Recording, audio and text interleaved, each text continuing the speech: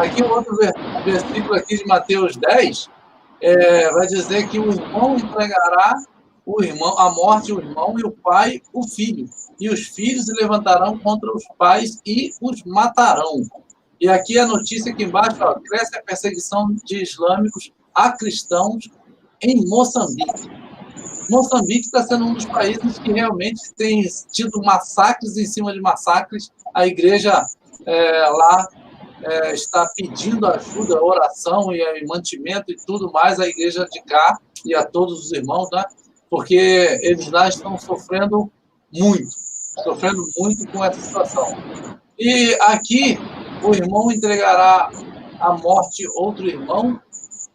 Pode ser que a gente não veja isso tanto na carne, digamos assim, mas estamos vendo de um modo espiritual também, né? Aqui no lado do Ocidente.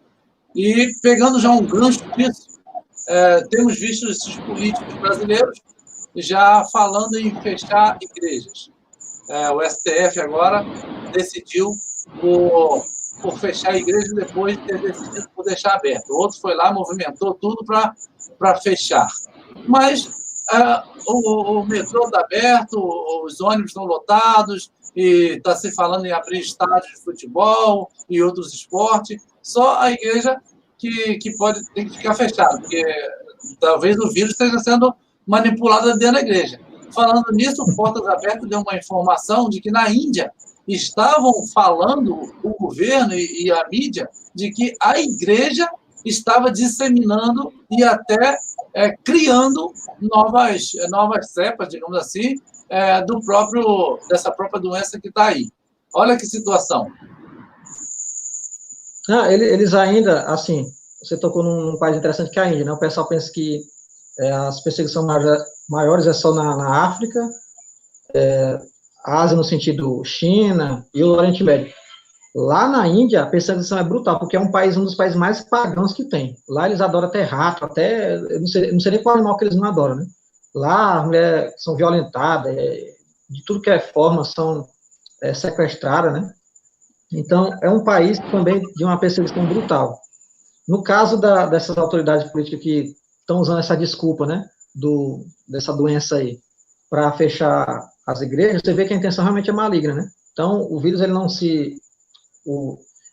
essa doença, ela não se espalha por supermercado, time de futebol jogando, por academia ou qualquer outra coisa.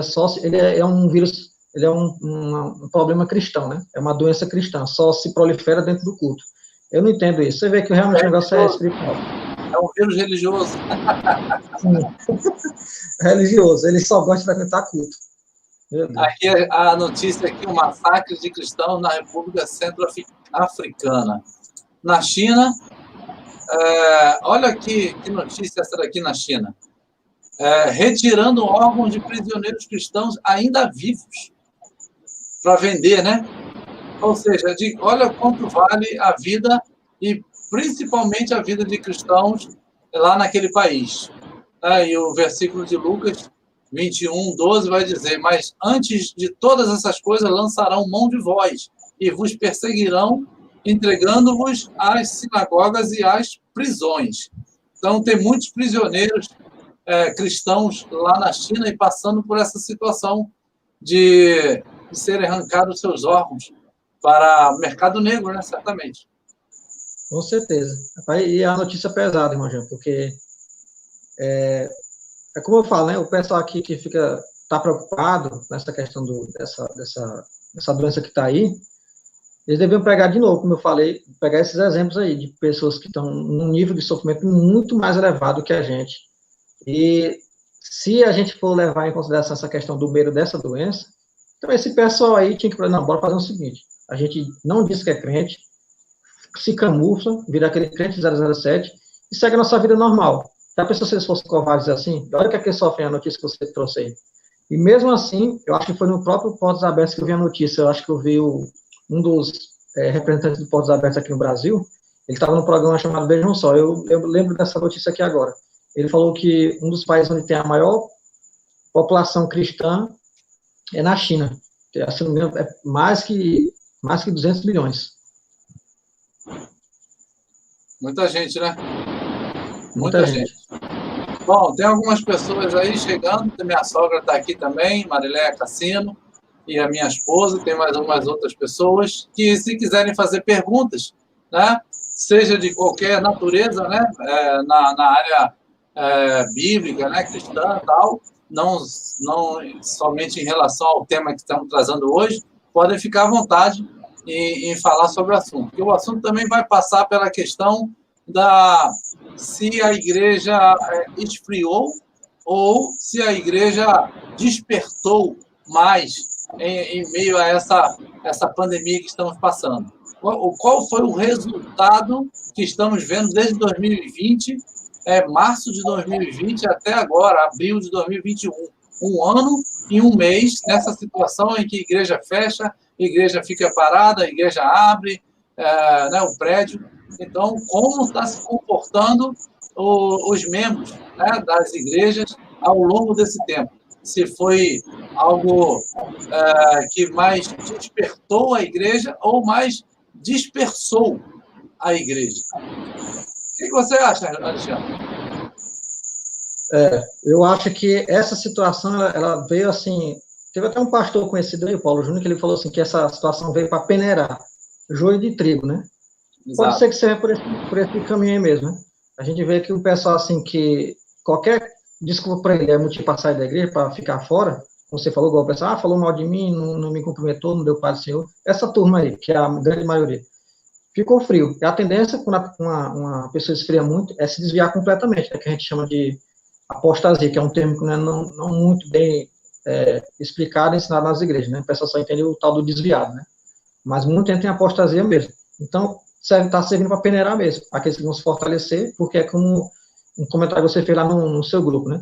A pessoa, a realidade de nós sabemos o que é ser igreja e não estar na igreja, está cada vez mais clara. A pessoa vai ter que se fortalecer na sua comunhão pessoal, senão, se ele ficar dependendo só da reunião do culto físico, que é importante, ele vai esfriar completamente, porque ele depende só do culto físico, ele tem que ter a sua vida prática no dia a dia, né? Exatamente. Aqui o Evaldo Maia, seja bem-vindo, Evaldo. Ele está fazendo uma pergunta aqui, Alexandre. Diz assim: boa noite, a paz de Cristo Jesus. Qual é o entendimento dos irmãos sobre a última chuva serôdia? Podia dar uma informação aí, seu entendimento aí para ele, Alexandre? Ele está se baseando nas 7 festas de Deus, né? Porque essa tem a chuva temporã e a chuva serôdia. A temporã seria aquela do Pentecoste, que o Espírito Santo caiu lá no 120. E ele deu essas primeiras... né? Essa chuva, no caso a serôdia, que é a última, ela vai ser, que vai, vamos dizer assim, vai superdotar a igreja de poder, né? Colocando assim de forma teórica, superdotar a igreja de poder para ela começar a profetizar no tempo do fim. Então, seria nesse sentido. Primeiro, a chuva temporã lá em 2000 anos atrás, e a serôdia no tempo do fim. E eu tenho uma certa debate sobre isso, tem até uma irmã que, um grupo que eu estava, que ela discordava da ideia de avivamento, né? Mas eu não sei se ela só ficar a palavra em si ou porque ela não entendia que ia existir isso. Mas eu penso que vai sim existir um avivamento, aí sim, esse avivamento, como a Bíblia fala, não que gente por aí fica professando toda hora um avivamento, toda hora tem avivamento nos congressos deles, né? Um avivamento real que o Espírito Santo vai dotar a igreja de poder, capacitar para ela começar a se usar em prodígios, sinais, maravilhas, ter sonhos, visões, como falar em Joel. É a última chuva, porque Deus fala, eu derramarei. Se ele já derramou, por que ele vai derramar de novo? Então você vê que é o quê? É uma evidência de um reavivamento. Ele aqui está colocando aqui no último derramamento do Espírito Santo. O irmão Evaldo Maia está aqui colocando a participação dele. Muito obrigado, meu irmão. O irmão Alexandre aí já deu a informação.